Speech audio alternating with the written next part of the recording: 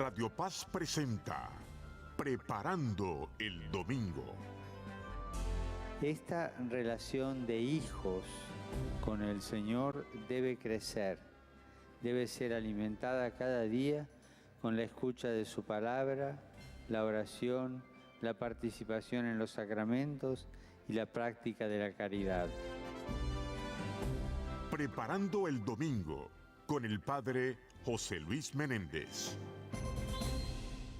Buenas tardes, queridos amigos, bienvenidos a una nueva edición, la última edición del año 2016 de Preparando el Domingo con el Padre José Luis Menéndez. Yo soy el Padre Roberto Cid, que los saluda desde los estudios centrales de Radio Paz, aquí en Alapata, en el corazón de la ciudad de Miami, en el territorio de la parroquia Corpus Christi de la Arquidiócesis de Miami.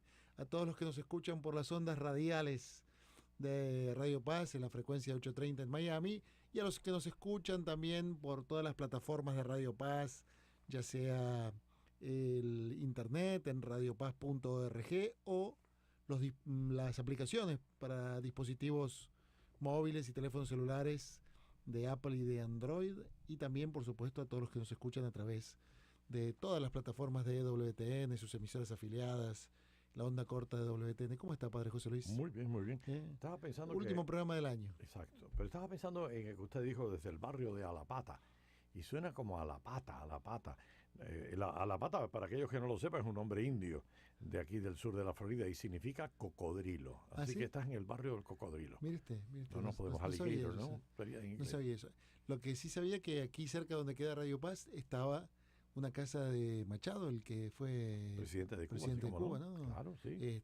Y mire, y a raíz de eso le quería contar, padre. El otro día, como usted bien sabe, el 27 de diciembre se celebra la fiesta de San Juan Apóstol, San Juan Evangelista. Y yo estaba reflexionando con la gente en mi parroquia, ¿no? Y comenté del Evangelio según San Juan, ¿no? Como era la fiesta de San Juan, que vio que él se llama a sí mismo el discípulo amado, y a mí eso me resulta muy conveniente porque yo quiero ser discípulo de Cristo y sé que me ama, entonces me resulta fácil identificarme con el discípulo amado, ¿no? Entonces, y creo que ese es el motivo por el cual San Juan lo hace, yo le podría decir otra cosa que lo identifica a usted con San Juan. ¿Qué cosa? A usted le gusta pensar, reflexionar. Usted es el intelectual por naturaleza. Y eso se ve en que Juan era un intelectual por naturaleza, claro. Porque ese prólogo que él pone es de un intelectual. Claro, que comentamos el domingo pasado. Porque fue la que elegimos. A diferencia de Lucas o de Mateo. Están hablando de la misma realidad, pero Lucas y Mateo lo miran desde una perspectiva y usted de otra. Vio que los sinópticos, Mateo, Marcos y Lucas, tienen una cristología, o sea, una imagen de Jesucristo ascendente, mientras que San Juan descendente. Empieza con Jesucristo Dios, y llega a Jesucristo. Bueno, pero lo que le quería contar es que, porque yo sé que es un poco doloroso para usted, pero no me quedé pensando en eso. Resulta que comentaba con la gente que, como usted sabe muy bien, los estudiosos del Evangelio según San Juan, los estudiosos de la Biblia, estiman que el Evangelio según San Juan fue escrito probablemente alrededor del año 90, ¿no? Y como muy tarde, alrededor del año 100, 110, ¿no? Pero lo más probable es el año 90, ¿vio? Dicen que piensan que de todos los textos del Nuevo Testamento, el más antiguo es la primera carta a los tesalonicenses, que se estima que fue escrita alrededor del año 65. El Evangelio según San Juan estiman más o menos el año 90, digamos, ¿no? Y entonces yo, comentando con la gente, le decía, miren, si pensamos que Jesucristo murió y resucitó alrededor del año 35, digamos, porque están esos errores de Dionisio el Exiguo, pero digamos alrededor, para hacer los números fáciles, ¿no? Si pensamos que Jesucristo murió y resucitó en el año 35 y San Juan escribió el cuarto evangelio en el año 90, pasaron nada más que 55 años desde la resurrección de Cristo hasta la escritura la publicación, digamos así, del Evangelio según San Juan. Y entonces yo, comentando con la gente, y hay muchos cubanos en mi parroquia, se me ocurrió, ¿no? Y les dije, miren, la proximidad al hecho es fácil para entender para nosotros, sobre todo para los cubanos que llevan más de 55 años sufriendo, ¿no? O sea, tienen un régimen que ha durado más de 55 años. Piensen ustedes que si fuera en nuestra época, la resurrección de Cristo hubiera ocurrido, la distancia que hay en el tiempo entre la resurrección de Cristo y el Evangelio según San Juan es menor que la duración del régimen cubano. No, y fíjate una Discúlpeme, porque yo sé que es doloroso. No. Ya el dolor se va creando, se va poniendo arriba. Pero digo, para que nos dé una idea de perspectiva, ¿no? Por eso es que yo diríamos, fíjate qué interesante, porque los sinópticos, que son anteriores al Evangelio de Juan, te están contando la narración de lo que ellos oyeron, vieron, como dice Lucas, y palparon y demás. Pero bueno, en el caso de Juan, que él te habla de lo que él ha visto, pero te lo da desde una perspectiva diferente, te lo da como una interpretación de los hechos. O sea, no es lo mismo, si es que Lucas, Mateo y Marcos, que te hablan de unos acontecimientos concretos, y pasó esto, y pasó esto, y pasó esto, en tiempo de, pasa, te ponen en la historia. Pero ya cuando han pasado tantos años, Juan ya tiene la capacidad de hacer un juicio sobre los acontecimientos y sacar unas enseñanzas profundas de quién es. O sea, no es lo mismo que yo te cuente la historia de Fidel Castro, por ejemplo, a que yo te diga ahora cuál ha sido el balance de lo que este hombre ha hecho, ha causado en el pueblo cubano a través de estos años. A ver si tú me entiendes. Claro, le da más perspectiva. Sí, porque además están haciendo una valoración y está diciendo de quién es, porque los otros están diciendo qué hizo, pero Juan te está diciendo quién es este hombre. Este hombre es la palabra hecha carne, esta es la luz que viene a este mundo, este es, en el caso nuestro, nosotros podríamos decir, no fue lo que pasó, sino este hombre fue la destrucción de 4 generaciones de cubanos, que le hizo padecer, y esta es la oscuridad que se cirnió. O sea, igual que claro, evidentemente que yo soy cubano y yo estoy sufrido de esta experiencia. Claro. Tal vez los que no sean cubanos no puedan entenderlo, pero yo te puedo decir que desde mi perspectiva y del pueblo cubano aquí en Miami, en el exilio, la oscuridad llegó. El contraevangelio de Juan. Si dice que la luz llegó a la oscuridad, digamos que la oscuridad llegó a nuestra vida, como pudiera ser lo que dijeron los venezolanos hoy día, ¿no? Nosotros, Venezuela era un país rico, era un país con petróleo, la envidia de toda América Latina por la cantidad de petróleo que tenía, y de pronto un día llegó la oscuridad a aquel país y lo cernió en la pobreza más abyecta. Bueno, pues lo que nosotros decimos con Juan es que llegó la luz a este mundo, y al mundo que estaba en tiniebla vio una gran luz, se alegró, se gozó en el Señor y empezó una nueva existencia. Fíjate que es el positivo y el negativo de la misma realidad a los mismos años. Claro. Yo, para dar una idea de perspectiva, ¿no? Porque yo comencé diciendo a la gente, mire, el otro día se cumplieron 75 años de Pearl Harbor, ¿vio? Y que después, inclusive, hace unos días estuvieron el presidente y el primer ministro de Japón ahí, en Hawái, qué sé yo, ¿no? Y entonces, para dar una idea de lo próximo que estaba San Juan a los hechos que nos relata, ¿no? Y después, claro, como vi en la parroquia, que vi a los cubanos, que sé que hay muchos que son cubanos, y digo, miren, y ustedes, el sufrimiento de ustedes lleva más tiempo que la distancia que hay entre la resurrección de Cristo y el Evangelio según San Juan. Pero fíjate qué interesante, porque, por ejemplo, tú pones ahora los 75 años de Pearl Harbor.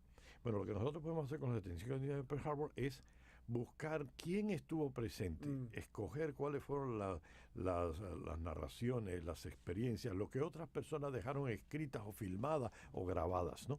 Eso es lo que podemos decir y mirar a través de esto. En el caso de Cuba, todavía podemos encontrarnos personas que estuvieron presentes en el acontecimiento, oculares, que pudieran decir, nosotros vimos, oímos, palpamos. O el 1 de enero de 1959 yo estaba en tal lugar y me vinieron a decir... Yo me acuerdo perfectamente dónde yo estaba el 1 de enero de 1959 y cuáles fueron las palabras que yo oí. Y yo en ese momento creo que tendría 12 años o algo así, ¿no? Así que, y yo te podía decir que tú vas a preguntar a todos los cubanos que tenemos, por supuesto, más de 60 años, porque la revolución fue hace 57 años, 58 años, evidentemente que tienes que tener por lo menos un poquito de memoria, así que tienes que tener por 4 años más, por lo menos 65 años, para que tú recuerdes qué pasó cuando tú tenías esa edad, ¿no? Pero estoy seguro que si le vas a preguntar a cada uno de ellos, igual que si yo te digo a ti, tú te acuerdas dónde tú estabas el día que anunciaron la destrucción de las Torres Gemelas. Yo te puedo contar perfectamente. Estaba en el seminario, salía de una clase y me llamó mi hermana para decirme un accidente. Yo estaba en Roma, venía de una excursión que teníamos en el año sabático, que estábamos en el North American College, y nos dijeron, ¿Tú se acuerdas cuando mataron a Kennedy? No, yo no me acuerdo. Usted no se acuerda porque 63 creo que fue. Sí. Pero sí, yo me acuerdo. Pero mire, más o menos la misma distancia entre la resurrección de Cristo y el Evangelio de San Juan que entre el asesinato de Kennedy en nuestros días. Exacto. Pero fíjate, esto es precisamente, la gente se acuerda y por eso dice, bueno, pero ¿cómo puede ser que esto se escribió 30, 40 años después? Parece como si 40 años después es mucho. Claro. No, 40 años después no es nada cuando tú has experimentado el acontecimiento. Porque es que eso se graba de tal manera que yo no me acuerdo qué fue lo que hice ayer, pero sí me acuerdo qué es lo que pasó ese día. ¿Tú me entiendes? Sí, Hay sí. momentos que graban en tu memoria de una manera tal que no lo puedes olvidar. Y es peor, porque cada vez que lo recuerdes, lo revives. Y cada vez que lo revives, sientes lo que pasó aquel día. Sí, ¿no? sí. Y algunas veces es cosa buena, en otras cosas es cosa mala. O, ¿no? sí, o neutral, pero por ejemplo yo me acuerdo del día que murió Perón, el 1 de julio de 1974. Yo estaba en el colegio La Salle y suspendieron las clases y me vino a buscar mi abuela para llevarme a casa porque suspendieron la clase y había gran alboroto en el ambiente, la gente no sabía qué iba a pasar, ¿no? Y pasaron 42 años también, ¿no? Bueno, yo me acuerdo lo que fue, fíjate, me acuerdo como si fuera hoy, de niño, porque de niño también se te quedan las cosas mucho más impregnadas. El ataque al Palacio Presidencial en tiempo del presidente Batista, que hicieron un ataque, y entonces me acuerdo oír... El de Manzanita. Exacto, sí, el de José Antonio Echevarría. Sí, ese, el ataque al cuartel yo me acuerdo de ese día perfectamente, la experiencia. Es decir, hay muchas cosas de esas que tú te acuerdas. Por eso es que no es de extrañar que si yo, que era un niño, me acuerdo de eso, cuanto más si soy la persona que experimenté. Claro. Una cosa que yo te puedo decir, el 1 de enero de 1959, dónde yo estaba, qué pasó, y la imagen que yo tengo en mis ojos, en mi mente, en mi corazón, de lo que pasó. Pero si tú me lo llevas ahora, al año 2001, cuando el ataque a la Torre Gemela, ahí yo te puedo contar todavía muchísimo más, porque ya como adulto ya era capaz de procesarlo, ¿no? Claro, Así que... No, y imagínese San Juan que estaba ahí, que estuvo en la última cena, que reclinó la cabeza sobre el pecho de Jesucristo. ¿No? ¿Y cómo debió ser la experiencia de la muerte de un ser querido? Que estuvo en la cruz, al pie de la cruz. Exacto. Ahora tú miras atrás y tú dices, vamos a ver lo que nos están escuchando, que ya tengan una edad, ¿no? Para recordar. Sí. Y se han pasado, yo me acuerdo, mi padre murió en el año 1965. 1965, mira que ya hace años. Pero en 1965 yo te puedo decir exactamente qué es lo que yo sentía durante todo ese tiempo. ¿Cómo no sería para una persona como Juan, para Pedro, para Andrés, para Santiago, que han estado con este hombre, que lo han seguido por 3 años o 2 años, o depende el tiempo que hayan estado, dependiendo del evangelista, pero y han caminado con él, y han comido, y de pronto lo matan, pero lo matan de esta manera? ¿Y cómo sería el impacto de este hombre que estaba muerto y de pronto ha vuelto a la vida y lo han experimentado de una manera extraña, rara? Nada de eso. Si algo nosotros tenemos fabuloso en el Evangelio es que ninguno de ellos creían en la resurrección. Esto fue, a pesar de lo que ellos no creían, el Señor se impone con el hecho de la resurrección. Bueno, pues yo te digo, de la misma manera, ¿cómo no va a quedar impactado uno y años después escribir este Evangelio? Sí, sí. Dice que los primeros es la fuente Q, ¿no? Aquellos primeros escritos, la gente se acordaba qué fue lo que dijo Jesús. Sí, yo me acuerdo de esto, dijo Jesús esto una vez, y esas dichos, esas cuentos, esas frases de Jesús se guardaron, ¿no? Sí, sí. Que piensen que el más aproximado a lo que es esa fuente Q, que Q viene de Quelle en alemán, que quiere decir fuente. El que más se aproxima es el de San Marcos, que también es el más cortito. El ¿no? más cortico, y después San Mateo y San Lucas tienen ese material, más otras cosas que ellos fueron recopilando, ¿no? Por ejemplo, San Lucas la infancia, por eso es lo que él conversó con la Virgen. Por eso el Evangelio no es una cosa, los Evangelios no son una cosa que, tú sabes perfectamente, que no es que de pronto vamos a contar la historia. Sí, no es una biografía de Jesús. No, es una catequesis sobre el hecho más importante. ¿Y cuál es el hecho más importante? La muerte y la resurrección. Y sobre esa muerte y resurrección es donde se trabaja y luego se va extendiendo hacia afuera. Es decir, como si el núcleo es muerte y resurrección y lo demás son hojas que se van pegando para tratar de explicar quién es esta persona. Por eso nunca es una historia, siempre es una catequesis. Y como dice San Lucas, vio en el comienzo, cuando se lo dedica a Teófilo, dice, después de hablar con los testigos oculares, yo te voy a contar para que no haya errores, esto es lo que pasó. Pero vio que dicen, yo me acuerdo del seminario, no me acuerdo, uno de los libros que nos hizo estudiar el padre Bauer, o el padre Bozo, porque lo tuvimos a él en Sinópticos, decía que en realidad los 4 evangelios son 4 relatos de la pasión, pues lo me acordé ahora que usted decía, son 4 relatos de la pasión con un largo prólogo. Ajá. Con un prólogo muy largo, ¿no? Bueno, pero es que es lo que importa. Es como la fiesta de la Navidad, por ejemplo, que acabamos de celebrar, ¿no? Y estamos celebrando, porque la fiesta no se acaba hasta después del bautismo. Así que si alguno me está oyendo, no tiren el arbolito, ni quiten la decoración hasta después del bautismo de Jesús. Nuestra fiesta termina en el bautismo de Jesús. Ya muchos han estado tirando el arbolito, los que y todavía peor, después del 1 de enero, el arbolito se va para la calle. No, pero nosotros no. Los cristianos celebramos porque nos gusta nos gusta saborear. Bueno, pero una de las cosas que de vez en cuando te dicen algunas personas que nos atacan, y dicen, no, la iglesia celebra el 24 de diciembre, pero ese no fue el día en que nació Jesús. No, claro que no. La iglesia no te dice que ese fue el día histórico donde nació Jesús, pero es el día donde celebramos tradicionalmente que Jesús nació. Y que nació, hay un montón de fuentes extraevangélicas que así lo señalan. No, que es histórico, es histórico. Entonces, lo único que pasa es que buscaron eso porque, ¿qué es lo que hacían? Cristianizar.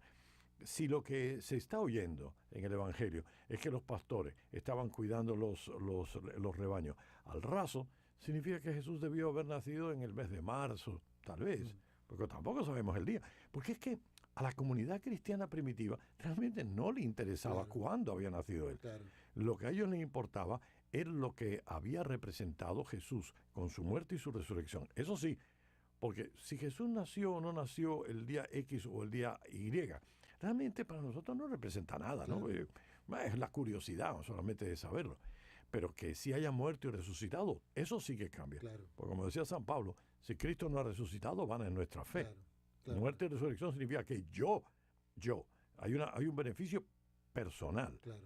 Que haya nacido tal día o tal otro, no importa. No, lo mismo vio que el otro día el Papa Francisco, como que le cerró la boca a la gente, porque vio que también hoy en día está muy de moda decir, no, bueno, en realidad no fue San Juan el que lo escribió, fue no sé quién, o fue fue el otro, o fue lo de más allá. Primero que eso es una especulación de cualquiera.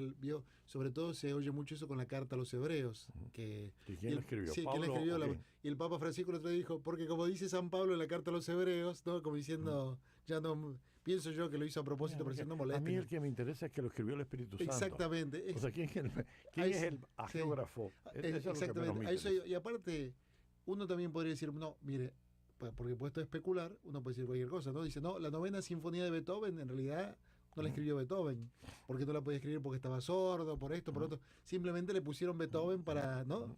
O sea, puesto a hacer elucubraciones, cualquiera puede hacer cualquier elucubración, pero lo que importa es el mensaje, como usted dice, ¿no? Que el Espíritu Santo nos transmitió a través de estos textos inspirados, que la tradición afirma que fue San Juan, y gente próxima, como por ejemplo San Policarpo dice que estaba más cerca que un señor en un escritorio, en una biblioteca del siglo XXI, San Policarpo, que vivía, o los padres de la iglesia que vivieron un siglo después, decían que era San Juan, y yo le tengo más confianza a los padres de la iglesia que a un señor... Pero además, bueno, y volvemos, ¿qué importa? Lo que importa es que ¿cómo se llama esto? La iglesia los ha sabido reconocido como hecho inspirado por Dios. Y eso es lo que importa.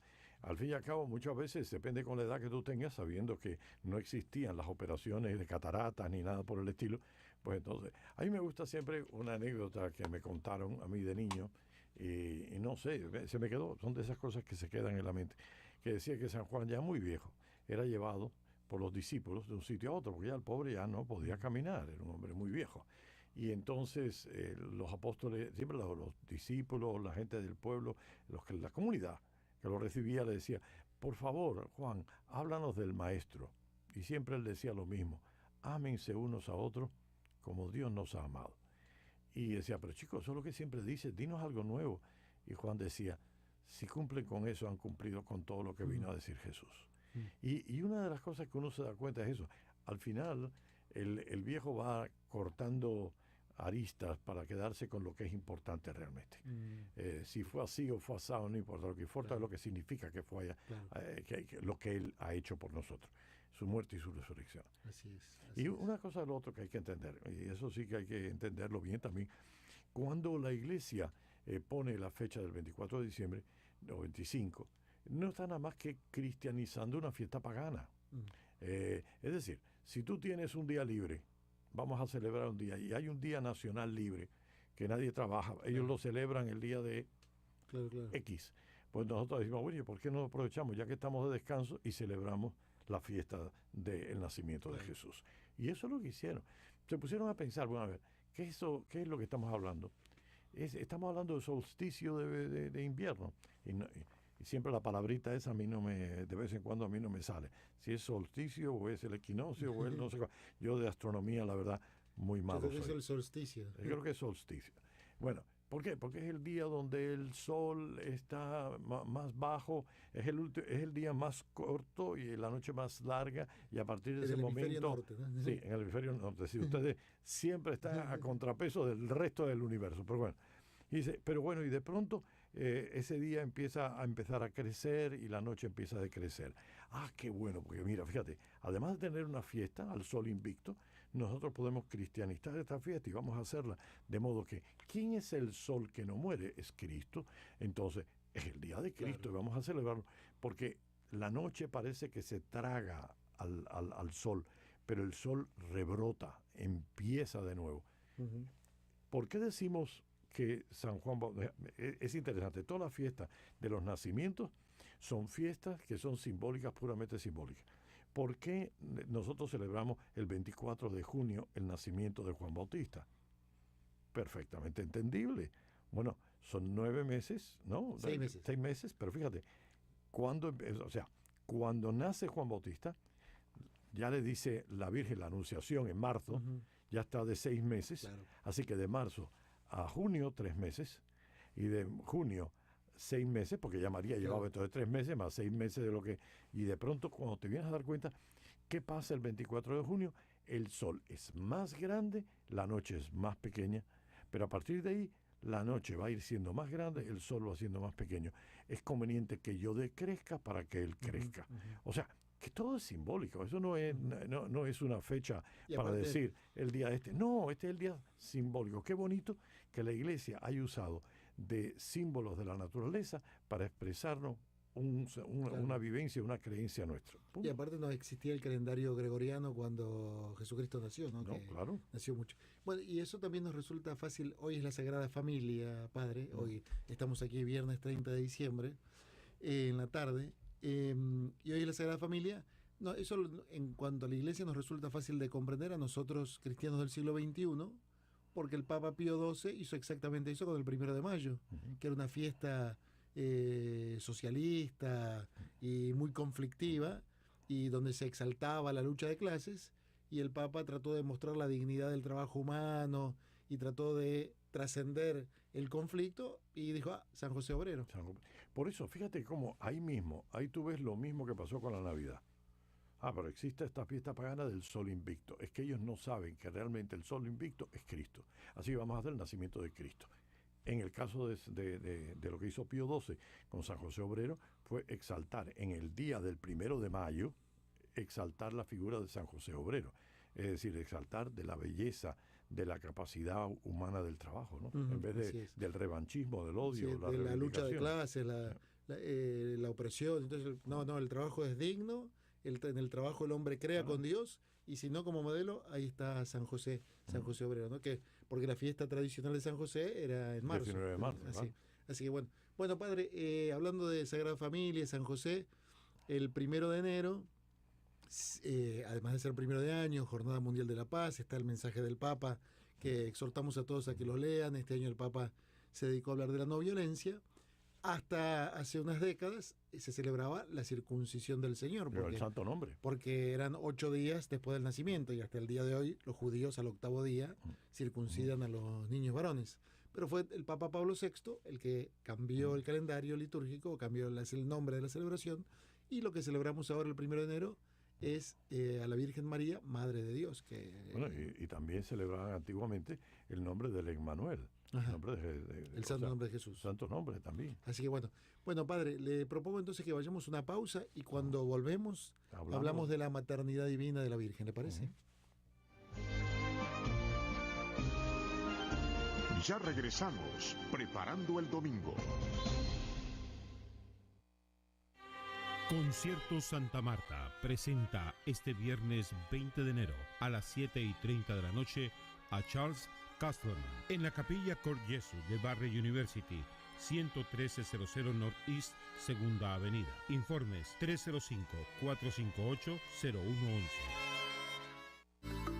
Si busca empleo, llame al 786-363-6325. La línea de empleo de Radio Paz 786-363-6325 llega a ustedes por cortesía de Sedano Supermarket. Escuche todos los sábados a las 9 de la mañana Estela Maris, La Compañía en el Mar. Radio Paz, siempre contigo. Jesús se dio vuelta y al ver que lo seguían, les preguntó qué querían. Ellos le preguntaron: ¿Dónde vives, maestro? Escuche cada domingo a las 2 de la tarde, ¿Dónde vives? Con el padre Raúl Quesada.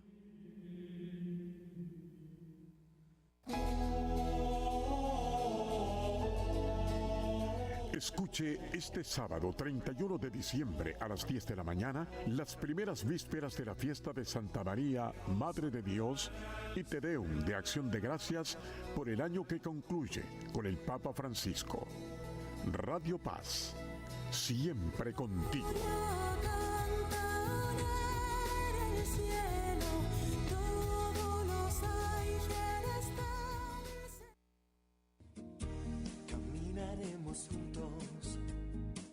Hola amigos de Radio Paz, los saludan Katia y José. José y Katia. Del Movimiento Matrimonios en Victoria, invitándolos a compartir con nosotros cada viernes de 6 a 7 de la noche el programa Hombre y Mujer los creó. Preparado por Matrimonios. Para matrimonios. Los esperamos. Matrimonios en Victoria, en Cristo seremos más.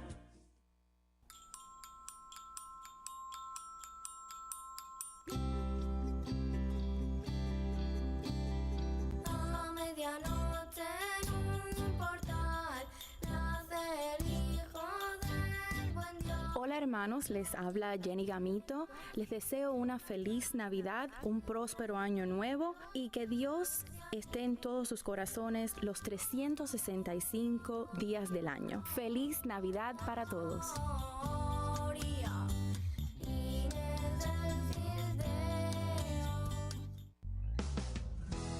Es la estación, nuestra fe está en Dios. Radio Paz, siempre contigo.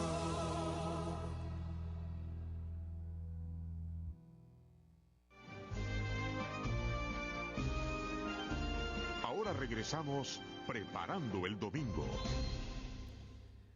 Estamos aquí preparando el domingo con el Padre José Luis ya en este último programa del año. Este año, tanto la Navidad como el día de Año Nuevo cayeron en domingo.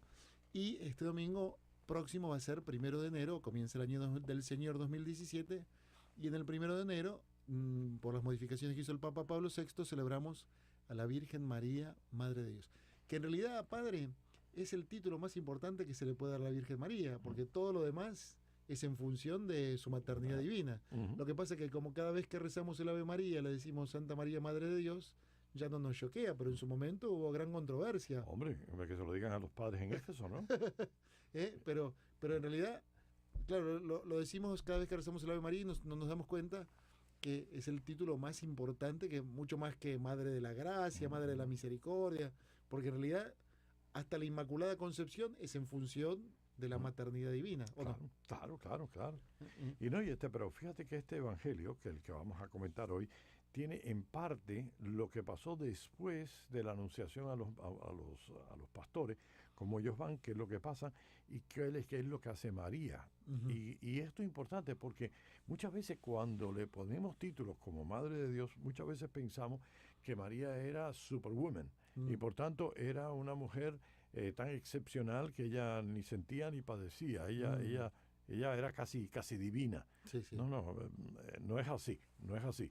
El ser verdadero hombre hace que Jesús tuviera verdaderos padres, verdaderos seres humanos padres, con todos los problemas y las dificultades. Y ahí es donde está la grandeza, cómo te supera. Aquella persona que es perfecta y hace una cosa bien, bueno, pues está bien, pero si la persona es imperfecta y es capaz de hacer una cosa muy bien, es donde tú ves el heroísmo de las personas, ¿no? Cuando tú dices, mira, esta persona con tal handicap, mira, él no puede, pero en cambio, él no, por ejemplo, tú hablaste de la novena sinfonía de Beethoven. Este hombre, hay que entender que la novena sinfonía de Beethoven ya no oyó esa sinfonía. Era un genio. Bueno, pero lo podía haber escrito antes con todas sus facultades, con todos sus sentidos, y hubiera estado un genio. O sea, hubiera sido maravillosa la sinfonía, pero que lo haya hecho con todas las dificultades que él tenía, lo hace todavía el triple de genio. Yo creo que las dificultades hacen que lo que hagas bien sea mucho mejor. Y por eso cuando uno dice maternidad, María, Madre de Dios, tenemos que darnos cuenta de que lo grandioso no fue porque ella era superwoman. Lo grandioso es porque ella era una mujer y fue capaz de hacer cosas que nos sorprenden a todos nosotros. Bueno, ¿le parece que escuchemos el texto que se va a proclamar en todas las misas en todo el mundo en el año nuevo del Señor 2017?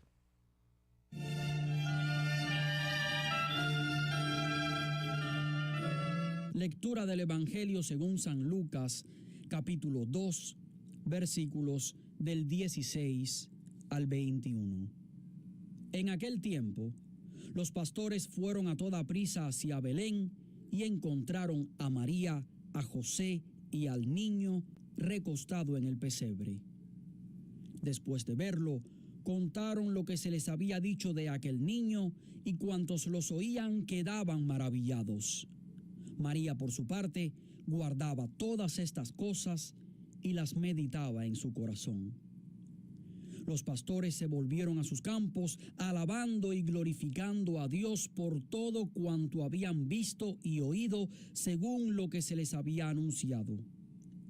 Cumplidos los 8 días, circuncidaron al niño y le pusieron el nombre de Jesús, aquel mismo que había dicho el ángel antes de que el niño fuera concebido.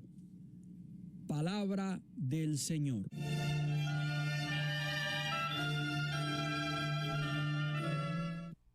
Bueno, padre, como dijo Dumbo, somos todos... No. Este es un programa half and half, como dirían aquí. Vamos a la mitad.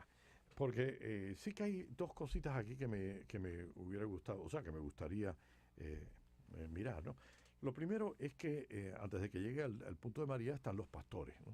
Y hay una cosa interesante, los pastores fueron corriendo. ¿Qué es lo que le dijo el ángel a los pastores? Vayan a tal sitio y verán a un niño acostado en un pesebre. Es irónico, ¿no?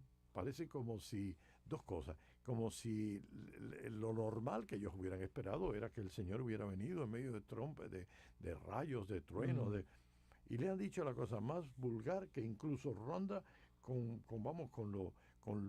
¿cómo yo no sé qué expresión ponerte? Porque que sea en el sitio pobre, porque no fue ni siquiera en una casa, en un establo, acostado en un pesebre. Sí, un anticlímax, es todo lo contrario. Y es que esta es la forma de actuar de Dios. Es todo lo contrario al mundo espera. El mundo espera esto, Dios hace esto. Es decir, el mundo espera la grandeza, la riqueza y el poder, y Él hace totalmente lo distinto. Es la pobreza, es el servicio, es la entrega, es la muerte. Así que vemos cómo el modo de pensar del mundo y el modo de pensar de Dios son completamente aparte.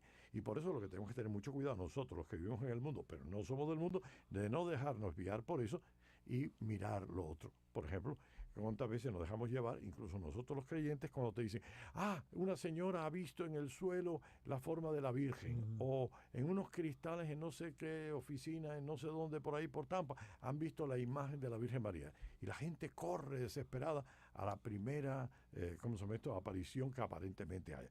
Cuando la cosa es que el Señor lo que te ha dicho es que Él está en el pobre y el necesitado. No es en esas grandes cosas donde nos vamos a encontrar con el Señor más a menudo. Va a ser precisamente en el anticlímax, en lo pobre, en el servicio. Cada vez que tú le des un vaso de agua a un necesitado, es al mismo Cristo que se lo está dando. ¿Quieres ver a Cristo? Ve al pobre, ve al necesitado, ahí está Cristo. Por tanto, es el anticlímax, ¿no? O a veces también el triunfalismo. A veces en la iglesia hay triunfalismo también, ¿no?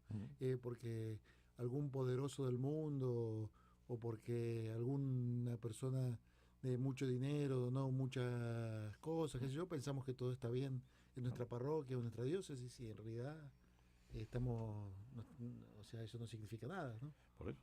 Así que tenemos que tener cuidado con las formas en que nosotros queremos ver al Señor, porque los ángeles nos dicen esto: no está en los lugares donde el mundo quiere verlo, es en el lugar donde Dios quiere que sea visto. La segunda cosa es lo de los ángeles. En este momento no sé cuál fue el nombre del Papa que decía que el nombre de ángel era una función, no era simplemente la persona.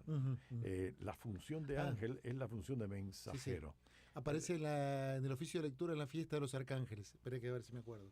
Mira, a ver, es uno de los papas, pero bueno, no importa, uno de ellos. Y decía que es una misión. ¿No será San Gregorio Magno? San Gregorio Magno.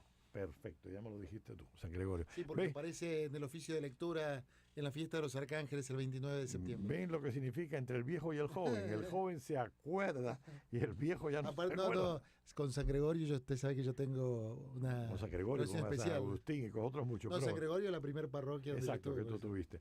Exacto, es una función más que el hecho del ángel. Y yo digo esto porque es tan importante. Este ángel anuncia a los pastores. Y yo te digo que yo me encuentro con tantos ángeles, y yo te digo que para mí, siempre lo recuerdo, los ángeles yo lo encuentro de una manera muy especial en los hospitales. Los hospitales es un sitio donde está rodeado uno de ángeles, porque eso es un laberinto que yo me pierdo siempre que yo llego a un hospital. Siempre hay no sé cuántos pisos, no sé cuántos números de cama, no sé cuántas, y siempre estoy perdido en un pasillo, no hay nadie, 40 puertas, pero siempre aparece alguien. Y entonces siempre uno le pregunta, ¿me podría decir dónde está la salida? Y dice, sí, como no, padre, venga conmigo, yo le voy a llevar. O mire, padre, es por aquí, cojo por ahí, doble por allá. Y siempre hay alguien que te dice.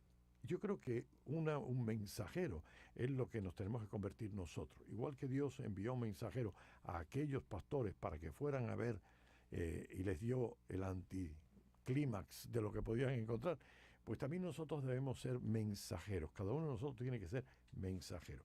¿Y por qué te lo digo? Porque dice que ellos fueron y vieron al niño acostado en un pesebre. O sea, vieron lo que los ángeles, el mensajero, les había dicho. Y al verlo, contaron lo que le había dicho el ángel. Primero, hay una cosa que hacen los pastores inmediatamente. Se levantan, se animan y corren a donde se les ha avisado que ha nacido el Señor. Es decir, que el testigo, o mejor dicho, aquella persona que es llamado por Dios a ser testigo, tiene que ser una persona que se ponga en pie, con energía, con rapidez, sin titubeos.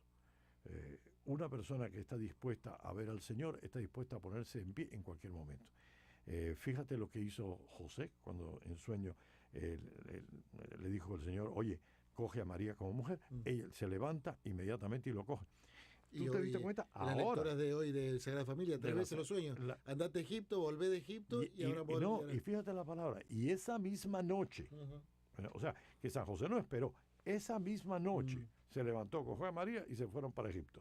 Por tanto, es una cosa que tú ves en las personas que son discípulos realmente del Señor. ¿Qué hizo María cuando se enteró que Isabel estaba esperando? Se puso en camino. Es decir, no sirve, vamos a ponerlo, para discípulo aquel remolón que lo piensa mucho, que es muy lento, que no lo hace rápido. No, ese no sirve para discípulo. El discípulo es el que oye, escucha, se pone en camino y se pone rápido. ¿Qué hace el discípulo ahí? Comenta lo que acaban de oír. Y todos los que lo oyeron se admiraban. Es decir, esa persona que ha sido invitado a descubrir, cuando descubre y comparte, la gente se admira. Aquí es donde empieza ya la cosa. Fíjate, voy a ponerlo porque había aquí un escrito muy interesante que ponía todo lo que pasó con los apóstoles. Dice, escuchan.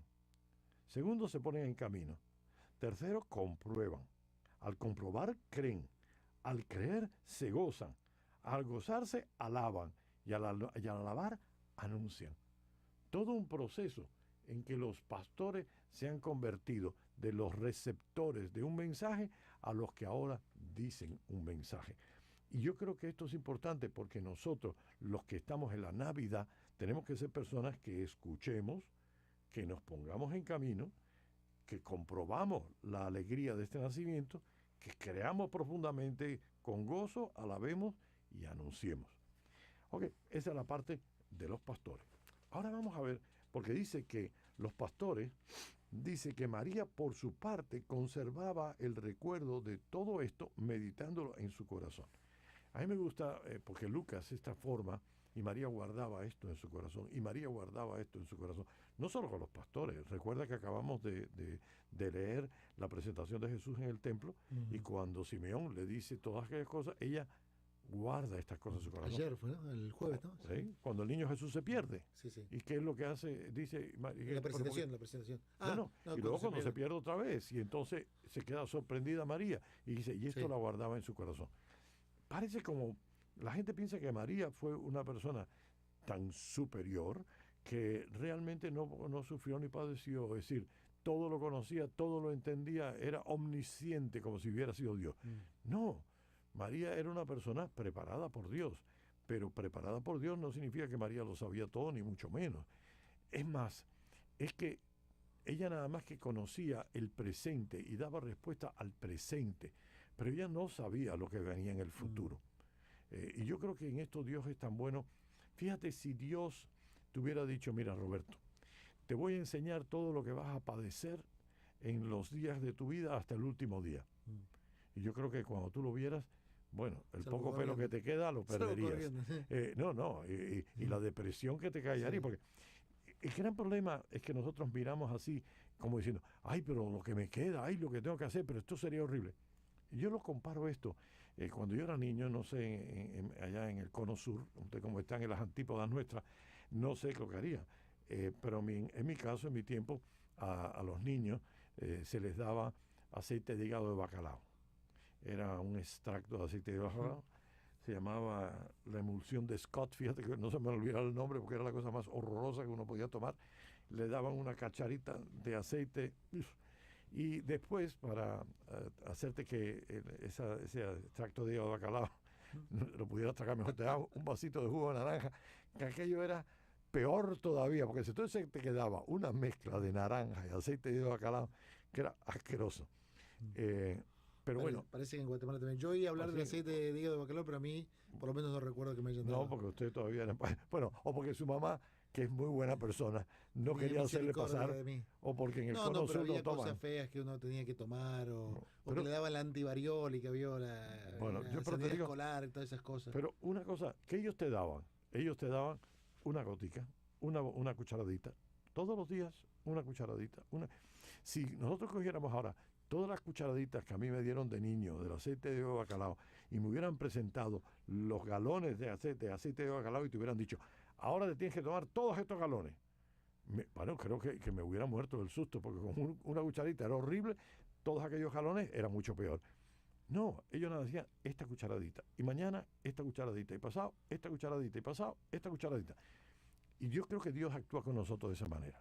No nos dice todo, nos dice, sé fiel al presente, por eso nos dice, danos hoy el pan de cada día, sé fiel al presente, y en el presente yo te voy a decir qué es lo que va a pasar.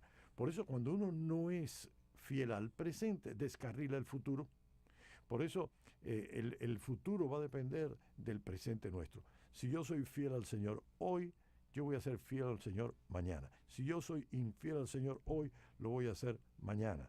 Porque el problema es que cada uno va construyendo día a día, bloque a bloque, sobre su vida, lo que va haciendo día a día. María no podía entender lo que hoy nosotros podemos entender. Porque María estaba limitada por su mentalidad, por su época, por su cultura, por su formación. Es decir, yo estoy convencido de que hoy los teólogos ¿cómo se llama esto? De la iglesia saben más de teología que lo que podía saber San Pedro o San Pablo. Es decir, porque han pasado 2000 años estudiando un hecho y ellos tenían la experiencia, la presencia del Espíritu Santo, el conocimiento intuitivo y todo lo que tú le quieras poner, pero este desarrollo teológico, vamos, llegar a tener en el siglo XIII la suma teológica, correspondió a muchos siglos de historia. 13. 13 para él, y para nosotros desde el 13 hasta ahora, imagínate más. 8 más. Bueno, si me das cuenta, yo creo que María lo que iba es dándole el sí, y el Señor se iba revelando en la medida que ella podía entender. Ella era una mujer preservada del pecado original, es decir, preservada de lo que era el pecado, de ese mal que nos destruye por dentro, y a ella le van haciendo las preguntas.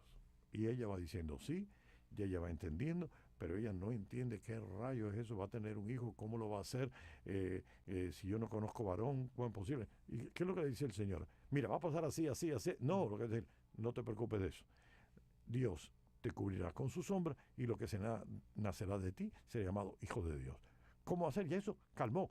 Eso el Señor lo puede. Para Dios nada es imposible. No te preocupes de eso, esto es lo que tienes que hacer. Y María aceptó. Pero luego la vida le va a enseñar a María más. Porque fíjate que se asombra de lo que los apóstoles, lo que los ángeles, lo que las personas están diciendo, lo que Simeón estaba diciendo, se asombra. Ella tiene que ir descubriendo también, como nosotros en la vida, quiénes somos nosotros y cuál es nuestra vocación. Cuando tú eras niño, pues pensabas como niño, como eres adolescente, pensás como adolescente y como adulto. Y María va desarrollándose y va oyendo lo que está ocurriendo, viendo lo que está ocurriendo.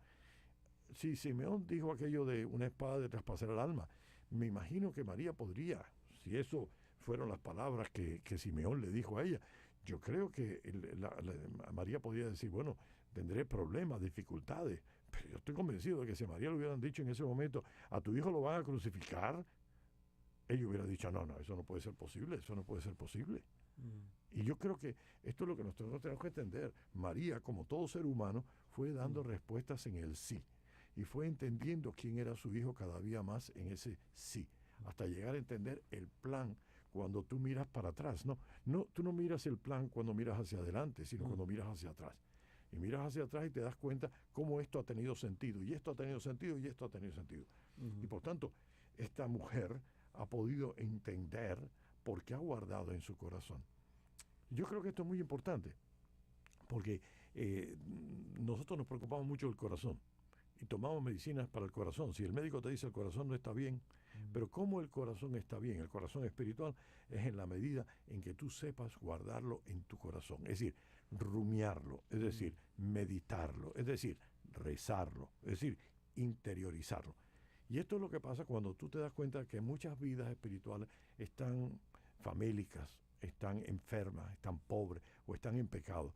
Y yo te puedo asegurar que mira la vida de oración, es decir, la meditación, la de guardar sus cosas en el corazón y meditarla, si esa está vivo, si ellos practican eso. Si no hay oración, señores, ese corazón espiritual está muy débil, porque esta es la forma como María lo hizo, y esta es la forma como estamos llamados todos a hacerlo. Y por eso algo que nos dice esta Madre de Dios es que es grande, no porque simplemente fue la mujer que dio a luz, es grande porque fue la mujer que lo supo engendrar a través de la fe antes que a través de la carne. Así es. Así que dice que a los 8 días el rito judío fue la circuncisión. Al niño le pusieron el nombre de Jesús, como lo había llamado el ángel. Es decir, que ellos son obedientes, porque esta circuncisión era el rito por el cual ese niño empezaba a ser parte del pueblo de Israel. Era el símbolo de la alianza. Lo que empezó, la circuncisión, que empezó por ser un rito puramente higiénico, se convirtió después en un rito religioso. Así que, por José, pertenece al pueblo de Israel. Por la circuncisión, pertenece al pueblo de la alianza. Y por tanto, hoy, en este momento, vemos cómo esa realidad ha sido posible. Es decir, que la encarnación del Señor, ese que tomó nuestra carne, se hizo carne, significa tomó nuestra humanidad, nuestra debilidad, nuestra pequeñez, y además se le pasó, porque no solamente se pasó de tuerca, porque no solamente se encarnó en uno de nosotros, sino que se encarnó en un pueblo pobre. Y fíjate que hay una frase aquí que me gusta, yo sé que porque muchas veces el tiempo nos lo corta, y decía, hay un villancico que se llama Navidad sin panderetas, y dice, el villancico dice de esta manera: Lo esperaban como rico y habitó entre la pobreza. Lo esperaban poderoso y en un pesebre fue su hogar. Lo esperaban un guerrero y fue paz toda su guerra. Lo esperaban rey de reyes y servir fue su reinar. Fíjate cómo en este hacerse carne y esta expresión de tomar el nombre de Jesús a través de la circuncisión, es decir, hacerse carne en el pueblo de Israel, viene a ser en la antípoda de lo que la gente esperaba. Claro. Impresionante. Bueno, y en este día la maternidad divina de la Virgen María celebramos de manera especial. Así que bueno, padre. Grande si fue por tener el hijo que tuvo, grande fue que fue la madre que tuvo, porque hay madres que, o sea, uno puede decir, esta es la madre del presidente. Bueno, sí, el presidente le dio la grandeza a la madre, pero muchas veces habría que ver qué madre tenía el presidente. Sí, porque la grandeza de María no fue solamente, y te lo digo por ese momento en donde aquella mujer se levanta y le dice, bienaventurado el pecho que te llevó, el vientre que te llevó y los pechos que te alimentaron. No, bienaventurado la que escucha la palabra de Dios y la cumple. Y eso fue lo que hizo María. Grande no por llevarlo en el pecho, en el vientre, grande fue por haber oído la palabra y haberla cumplido. Doblemente grande, porque por el piropo de la mujer y por lo que dice el Señor Jesús, ¿no? Exacto. Así que bueno, padre, le quería agradecer y aprovecho que este es el último programa del año, ya nos quedan pocos segundos antes de irnos.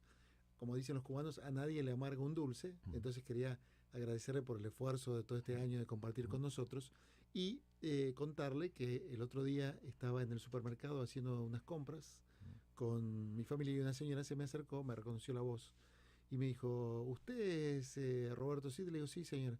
Me dice, yo lo escucho el Radio Paz, escucho el programa con el padre Menéndez, me gusta mucho. Se llama Zoraida la señora, le mandamos un afectuoso saludo. Y esta semana también estaba en la parroquia con una pareja que se está preparando para el matrimonio, que me vino a ver, y por primera vez, y me dicen los novios, la novia me dice, mi papá, que es cartero, escucha el programa que usted hace con el padre Menéndez y le gusta mucho. Así que, mire, 2 caricias que nos mandó el Señor y que se las transmito porque gracias. A nadie le amarga un dulce y es bueno saber el esfuerzo que hace. Que por lo menos no somos tú y yo hablando solos en un micrófono, ¿no? Tal cual. Hay alguien más que nos oye. Tal cual. Así y que, para la gloria de Dios sea lo mejor. Padre, muchísimas gracias por este año compartiendo con nosotros y bueno, seguimos aquí, si Dios quiere, el año que viene y lo despido deseándole un muy feliz año nuevo del Señor 2017. ¿Cómo no? Y feliz año. Nos reencontramos el año que viene, si Dios quiere.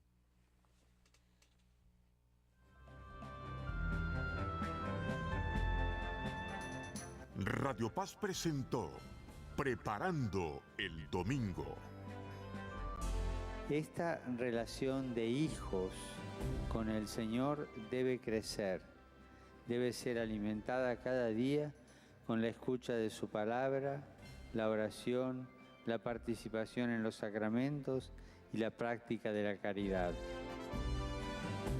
Preparando el Domingo con el padre José Luis Menéndez.